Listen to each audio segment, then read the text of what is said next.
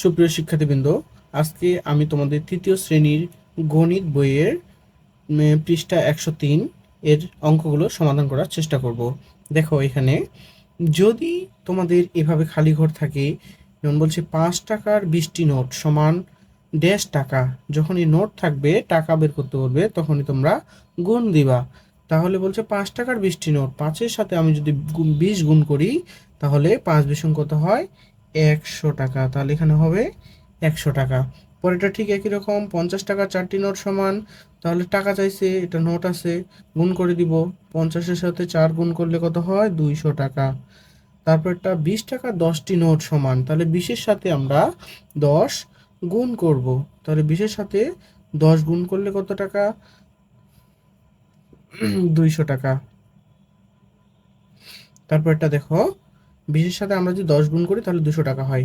আবার 10 টাকার 5টি নোট বলছে, 10 টাকার 5টি নোট সমান কত টাকা হবে, তাহলে 5 2 50 আমরা জানি, তাহলে এখানে 50 টাকা। পরের টাকা 1 টাকার 100টি নোট, তাহলে আমরা যদি সহজ, খুবই সহজ, 1 টাকার 100টি নোট নিই তাহলে কত টাকা হবে, মোট 100 টাকা হবে।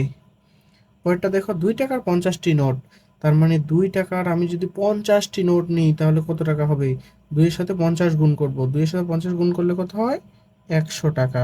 পরেরটা ঠিক একই রকম, 7 নাম্বার লক্ষ্য করি, 100 টাকার 5টি নোট, তাহলে 100 টাকার একটি নোট 100 টাকা, তাহলে 200 টাকা, 3টা 300, 4টা 400, 5টা 500 টাকা হবে। আবার বলছে 500 টাকা 2টি নোট সমান কত টাকা হবে, তাহলে 500 টাকা 2টি নোট 1000 টাকা, 1000 টাকা। এখন বলছে 10 টাকার ড্যাশটি নোট সমান 200 টাকা। শুনুনি, যদি তোমাদের নোট বের করতে বলে তাহলে যে টাকাটা আছে এটা দ্বারা ভাগ করবা, ছোটটা দ্বারা বড়টা। তাহলে 10 টাকার 200টি বা 10 টাকার ড্যাশ নোট সমান 200 টাকা।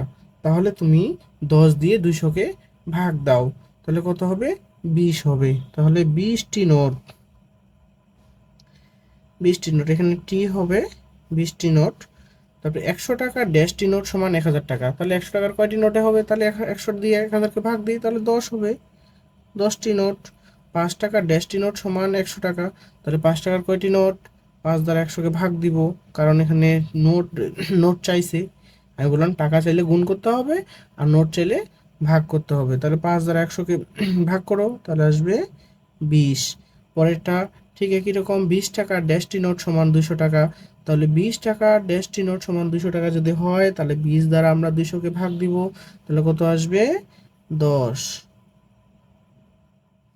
1 নাম্বার আমরা করব হিসাব করি।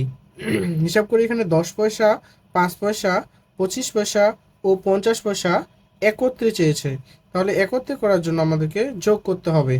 তাহলে 50-এর সাথে 25 যোগ করব, 50 আর 25 যোগ করলে কত হয় 75, 75 আর 5 80 পয়সা, 80-র সাথে যদি 10 যোগ করা হয় তাহলে একত্রে কত হবে 90 পয়সা, মোট 90 পয়সা।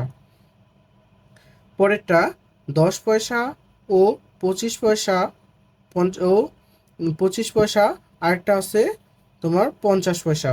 তার মানে একটা 10 পয়সা, দুইটা 25 পয়সা, আরেকটা 50 পয়সা একত্রে চেয়েছে।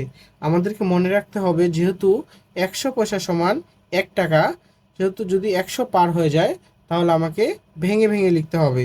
তাহলে আগে পয়সাগুলো টোটাল যোগ করে নিব, 50 আর 25 যোগ করলে কত হয় 75, 75 আর 25 যোগ করলে 100, 100 আর 10 যোগ করলে হয় মোট 110 পয়সা। কিন্তু আমরা 110 পয়সা বলবো না, এটাকে আমরা ভেঙে ভেঙে লিখব, কারণ হচ্ছে 100 পয়সা সমান 1 টাকা। তাহলে আমি যদি 110 পয়সা থেকে 100 বাদ দিই তার মানে এখানে কত হবে 10 পয়সা অবশিষ্ট থাকে, আর টাকা পরিণত কত হবে 1 টাকা, কারণ হচ্ছে 100 পয়সা সমান 1 টাকা। তাহলে এখানে লিখব 1 টাকা সমান, 1 টাকা 10 পয়সা। উত্তর এটা।